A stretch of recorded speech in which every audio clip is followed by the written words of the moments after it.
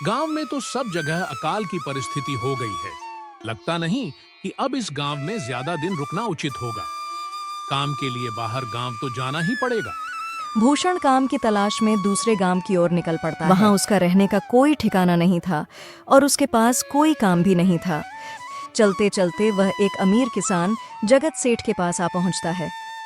सेठ जी, मैं भूषण दूसरे गांव से आया हूँ। हमारे गांव में अकाल की परिस्थिति हो गई है। लोगों के खेत सूखे पड़े हैं।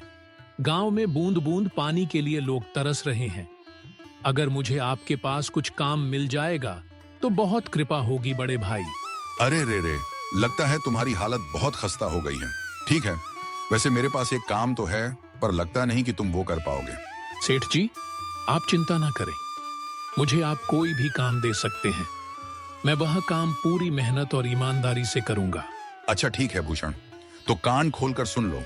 मेरे पास 50 गाय और 50 भैंस हैं। तुम्हें हर रोज उन जानवरों का गोबर निकालना होगा और रोज सुबह शाम उन्हें चारा पानी देना होगा। महीने के आखिर में तुम्हें इस काम के लिए 200 रुपए मिलेंगे।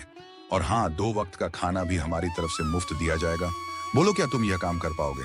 अरे बाप रे, 50 गाय और भैंसों को संभालना आसान काम नहीं है। पर अब मैं कुछ कर भी तो नहीं सकता, और ऊपर से सेठ जी 2 वक्त का खाना भी दे रहे हैं। ठीक है सेठ जी, मैं यह काम कर लूंगा, पर एक विनती है। हाँ बोलो भूषण, क्या बात है? सेठ जी, अगर आपको समस्या ना हो तो क्या मैं आपके गायों के साथ गौशाला में रह सकता हूँ? सेठ जी, मैं इस गांव में नया हूँ। मेरा रहने का कोई ठिकाना नहीं है। ठीक है भूषण, तुम गौशाला में रह सकते हो। जी धन्यवाद सेठ जी। तब से भूषण गौशाला में रहकर अपना काम करने लगता है।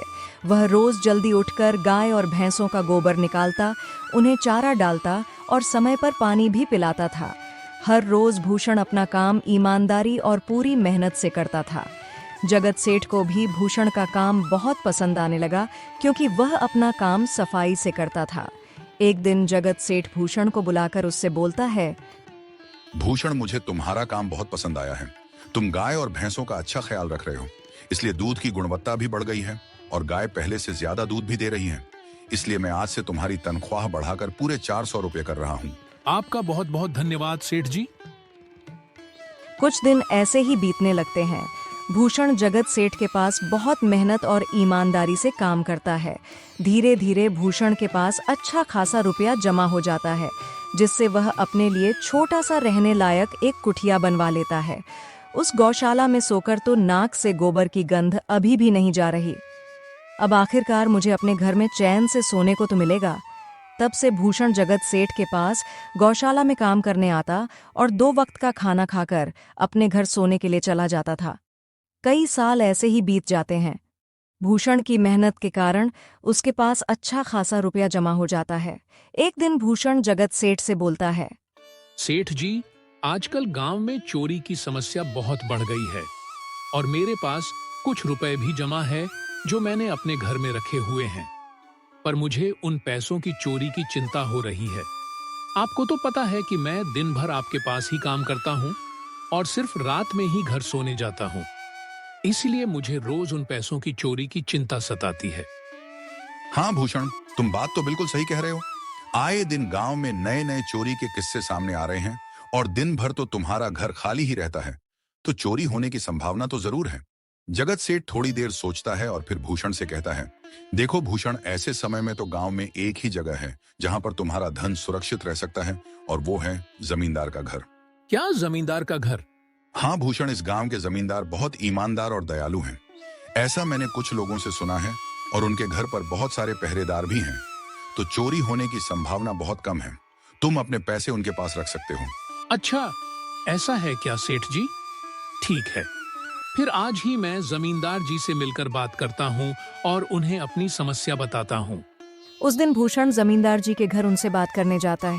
एक टू रुको, कहाँ अंदर आए जा रहे हो? वहीं रुक जाओ। जी जी, मुझे जमींदार जी से मिलना है। मुझे उनसे कुछ काम है। क्या काम है तुमको उनसे? मुझे जरा बताओ। जी, मुझे कुछ पैसे रखवाने थे उनके पास। यही काम के लिए आया था मैं।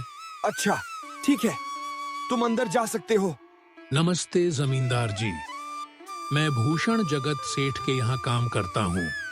कुछ साल पहले ही मैं दूसरे गांव से यहाँ आया हूँ। अच्छा भूषण, बोलो तुम्हारा क्या काम है मेरे पास? जमींदार जी, मैं सालों से जगत सेठ के पास काम कर रहा हूँ और मैंने कुछ रुपए भी जमा कर लिए हैं। पर बात यह है कि गांव में चोरी की समस्या बहुत बढ़ गई है, तो मुझे अपने रुपए घर में रखने से डर लग रहा है। अच्छा, कितने रुपए जमा किए हैं तुमने? जमींदार जी, यही कोई 5 से 5,000 रुपए होंगे मेरे पास। वाह, यह तो बड़ी रकम है। मैंने आपकी ईमानदारी के बारे में लोगों से बहुत सुना है, इसलिए मैं अपनी रकम आपके पास कुछ वक्त के लिए रखने आया हूँ। हाँ भूषण, तुमने बिल्कुल सही सुना है। तुम्हारी रकम मेरे पास पूरी तरह से सुरक्षित रहेगी। तुम अब चिंता ही छोड़ दो, मैं सब देख लूंगा। भूषण अपने पैसों की थैली जमींदार को दे देता है। ये पूरे 5,800 रुपए हैं, आप गिन कर देख लीजिए। गिनने की क्या जरूरत है? तुम तो जगत सेठ के आदमी हो, मुझे तुम पर पूरा विश्वास है। जमींदार जी, आपका बहुत बहुत धन्यवाद। अब मुझे चोरों का कोई डर नहीं है, क्योंकि मेरे पैसे सुरक्षित हाथों में हैं। अरे भूषण, कोई बात नहीं। धन्यवाद तो मुझे बोलना चाहिए जो तुम मेरे पास आए अपने रुपए रखने के लिए। भूषण अपने पैसे जमींदार को देकर अपने घर चला जाता है। ऐसे ही भूषण ईमानदारी और मेहनत से जगत सेठ के यहाँ काम कर रहा था। देखते ही देखते 2 साल ऐसे ही बीत जाते हैं। एक दिन भूषण सोचता है, अब बहुत साल हो गए जगत सेठ के यहाँ काम करते हुए। वैसे सेठ जी तो बहुत अच्छे इंसान हैं, पर सोच रहा हूँ कि खुद की जमीन लेकर उस पर मेहनत करूं, तभी मैं बड़ा आदमी बन सकता हूँ। अब जो मेरे पास थोड़े कुछ पैसे हैं और जो जमींदार के पास कुछ पैसे संभालने के लिए दिए हैं, वह जमा करके थोड़ी जमीन खरीद लूंगा। आज ही जमींदार से मिलने जाता हूँ और अपने रुपए मांगता हूँ। यह सोचकर भूषण जमींदार जी के घर चला जाता है। जमींदार जी, मैं अपने रुपए वापस लेने आया हूँ। आपके पास मैंने 5,800 रुपए दिए थे संभालने के लिए। अरे भाई साहब, मैंने पहचाना नहीं आपको। वैसे कौन हो आप? अरे जमींदार जी, मैं भूषण हूँ। पिछले साल मैंने आपको पैसे संभालने के लिए दिए थे, याद आया कुछ? अरे भाई साहब, मेरे पास कितने सारे लोग आते जाते हैं पैसे रखने के लिए, और सभी के साथ मेरा अच्छा व्यवहार होता है। वैसे आपके पास कोई कागजात हैं? जमींदार जी, यह आप क्या बात कर रहे हैं? आपकी ईमानदारी देखकर ही मैंने आपको पैसे दिए थे संभालने के लिए, और आप अब ऐसी बातें कर रहे हैं। कृपया करके मेरे पैसे मुझे वापस कीजिए। हाँ भूषण, मैं ईमानदारी से ही काम करता हूँ, इसलिए तो तुमसे मैं डॉक्यूमेंट्स मांग रहा हूँ। क्या तुम्हें पता नहीं, जब तुम किसी से पैसों का व्यवहार करते हो तो तुम्हें एस्ट पेपर पर लिखकर देना पड़ता है? तुम किसी से भी पूछ सकते हो।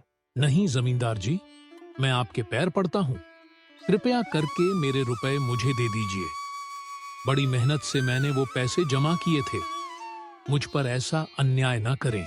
अरे क्या यह झूठ मूठ का रोना धोना लगाया है? लगता है तुम ढोंगी हो और मेरी ईमानदारी और भोलेपन का फायदा उठाकर मुझसे यह रुपए लेने आए हो। रुक, तुझे अभी सबक सिखाता हूँ।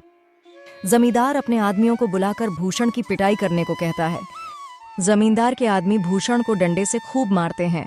फिर भूषण दुखी होकर अपने घर चला जाता है। भूषण के शरीर पर घाव के निशान स्पष्ट दिखाई दे रहे थे। 2 दिन से भूषण घाव के दर्द के कारण जगत सेठ के घर काम के लिए नहीं जा पाता है। इसलिए अगले दिन जगत सेठ भूषण के पास आ जाते हैं। वह देखते हैं कि भूषण खाट पर सो रहा है और वह बड़ा ही चिंता में नजर आ रहा है। भूषण भाई, तुम 2 दिन काम पर नहीं आए, क्या हुआ भाई? तबीयत ठीक है ना तुम्हारी? कुछ समस्या है क्या? अरे सेठ जी, आप खुद यहाँ आए हो। आप खबर भिजवाते तो मैं खुद चला आता। अरे भूषण, कोई बात नहीं। तुम्हें देखकर लगता है तुम बीमार हो।